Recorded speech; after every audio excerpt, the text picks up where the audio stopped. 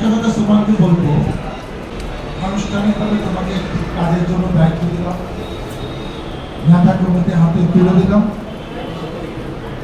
আমি দেখতে চাই যে এটা নতুন সুমান, এই সুমান আগে সুমান, ঈদের আগে এবং পরে আমরা আওয়াজটা মানুষের কাছ থেকে দিতে চাই, সুমানের মুখে তুলতে না, মানুষ বলে যে না সুমান একটু চেঞ্জ হয়েছে, তাইলে সুমানের জন্য ভালো হবে।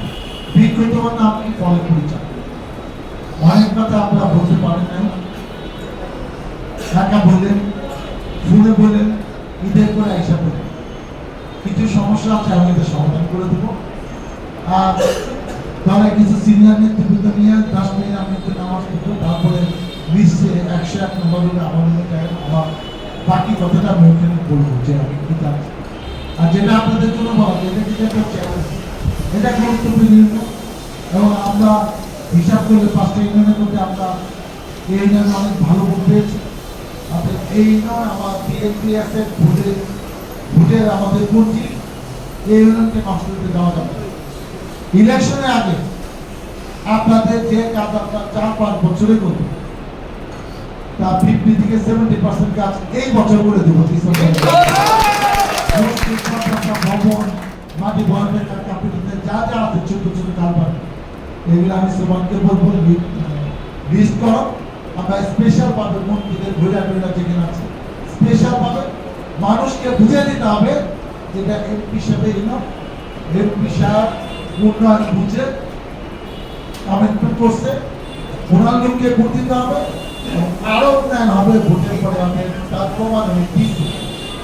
এবং আমি সুমানকে বলবো যারা গুরুত্বপূর্ণ কিছু সিনিয়র লোক আছেন, যারা আমরা অনেক সময় মূল্যায়ন করে করি না, যে আমরা আমার নামাজ পড়তে সোশ্যালি সুস্থভাবে জমে যাবে, কিছু সিনিয়র লোককে সাথে নিয়ে আগে আপনার গায়েও না দলে কেন্দ্রে দলে কিছু গুরুত্বপূর্ণ সাথে থাকে। আমিও ওই যে বাবুলের প্রতি বলে আমার রাগ আছে, শুনো আমি কত নেতারে মাফ করে দিছি, আমি হলাম গার্জেন, একজন গার্জেন বেশি দিন নেতার জমিদের উপর রাগ করে থাকতে পারে।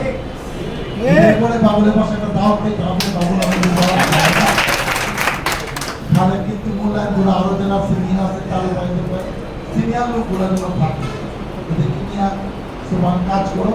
আর একটা আমি বলি যেটা হলে তোমার নির্বাচনে সুবিধা হবে, রিক্স আছে করতে পারো তোমার নেতৃত্বে যারা মানে কিছু দলের লোক সেটা দিচ্ছে এই দক্ষিণাঞ্চলে মাদকটা পাবো, এটা ব্যাপক আলোচনা হবে, ব্যাপক জনগণের সারা পাবা। আমি বলতে পারবো যে এখন চিন্তায় গেলে কোনো মাদকের জায়গা আমাদের বিএনপি কোনো লোক করে না, যারা করে ভুল কারে দেবেন আপনি চিন্তা করেন, আপনার পার্থক্য বুঝে দেবেন। আমি কি বলছি আপনার বোঝার চেষ্টা করেন। সুমনের নেতৃত্বে এই কাজটা হইলে অন্যরা তো কন্ট্রোল করতে পারবো না। সুমন যদি আমাকে দিয়ে আমার উচিলা এটা কন্ট্রোল করতে পারে কিন্তু সুমন পাবে, বলছিলাম তো ও করছে, তাহলে কারে ভোট দিবেন? যারা কন্ট্রোল করতে পারে না তারে গো, না যে কন্ট্রোল। আজকে এই পাথরের সম্ভাব্য ফাইল থেকে মনে হচ্ছে যে আমার জন্য ইয়ার করে না হইয়া পাথরের বাসী যদি হইতাম তাহলে মানে আমার আজকে চেয়ারম্যান প্রার্থী হিসেবে আমাদের সুমান ভাইকে এমপি সাহেব মনোনয়ন করেছে। অবশ্যই আমি মনে করি যোগ্য সিদ্ধান্ত। আমরা সেই নেতাকে নির্বাচন করতে চাই, আমরা সেই কর্মীকে মূল্যায়ন করতে চাই যিনি এমপি সাহেবের দুর্দিনের পাশে ছিলেন। এবং অনেকেই নেতা, অনেকেই বড় বড় নেতা হয়েছে, আমরা অনেকেই বিশ্বাস করি, অনেকেই বলি আবার যে মাননীয় এমপি মহোদয় কর্মীর মূল্যায়ন করে না। কর্মীর মূল্যায়ন করে কি করে না যারা এমপি সাহেবের কাছের মানুষ, যারা এমপি সাহেবের ভালোবাসা পেয়েছে, যারা এমপি সাহেবের কাছ থেকে দেখেছে তারা কিন্তু জানে।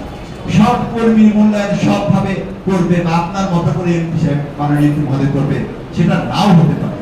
এমপি সাহেবের মতো কর্মীর মূল্যায়ন করে আপনার কতটুকু এফোর্ট আছে, আপনি কতটুকু দলের জন্য নিবিদ্ধ, কতটুকু দলের জন্য গ্রহণযোগ্যতা আছে, আপনার এলাকায় কিরকম গ্রহণযোগ্যতা, তার উপরে ভিত্তি করে কিন্তু এমপি সাহেব মূল্যায়ন করে।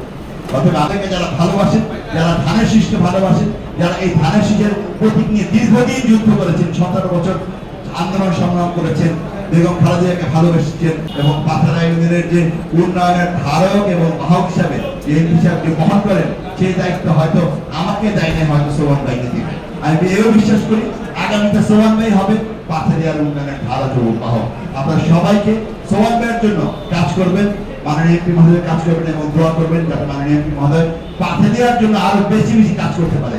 সমস্ত বরাদ্দ জেনে অন্তত আপনাদের যে সকল সুবিধাগুলো আছে সুযোগ সুবিধাগুলো আপনাদের বৃদ্ধি করতে পারে, সন্ত্রাস, চাঁদাবাজ, মাদক মুক্ত সমাজ করতে পারে, নিরাপদ পাথনে তৈরি করতে পারে। সবাইকে ধন্যবাদ জানাই এবং আজকের এই সমাজ থেকে শুভেচ্ছা এবং অগ্রিম শুভেচ্ছা অভিনন্দন জানাচ্ছি যে আগামীতে আপনি চেয়ারম্যান নির্বাচিত হয়ে পাথালের দুঃখী মানুষ, যারা খেটে খাওয়া মানুষ, নিয়মিত মানুষের পক্ষে থাকবেন, আমাদের দলের পক্ষে থাকবেন, দলের নেতা কর্মীর জন্য আপনি এটা বয়স এবং যে বয়স আপনার এমপি মহোদয়ের উন্নয়নের ধারায় আপনাকে দেখতে পাবো সেই আশাবাদ রাখে এবং সবাইকে আজকে এই অনুষ্ঠানে এসেছেন, গরমে কষ্ট করছেন, ধন্যবাদ জানিয়ে বলছি আল্লাহ হাফেজ, বাংলাদেশ জিন্দাবাদ, তারেক রহমান জিন্দাবাদ। সামনে যে চেয়ারম্যান নির্বাচন আসছে সেই চেয়ারম্যান নির্বাচনে প্রার্থী ঘোষণা করার উপলক্ষে আরো দুটো মাঠের ময়দানে আমি শুধু দুটি কথা এখানে বলবো। সেটা হলো, আপনারা জানেন আমি ছোট্টকাল থেকে রাজনীতি করি। আমি যখন রাজনীতি শুরু করি আমি যুব দলের সেখানে ছিলাম 9 বছর।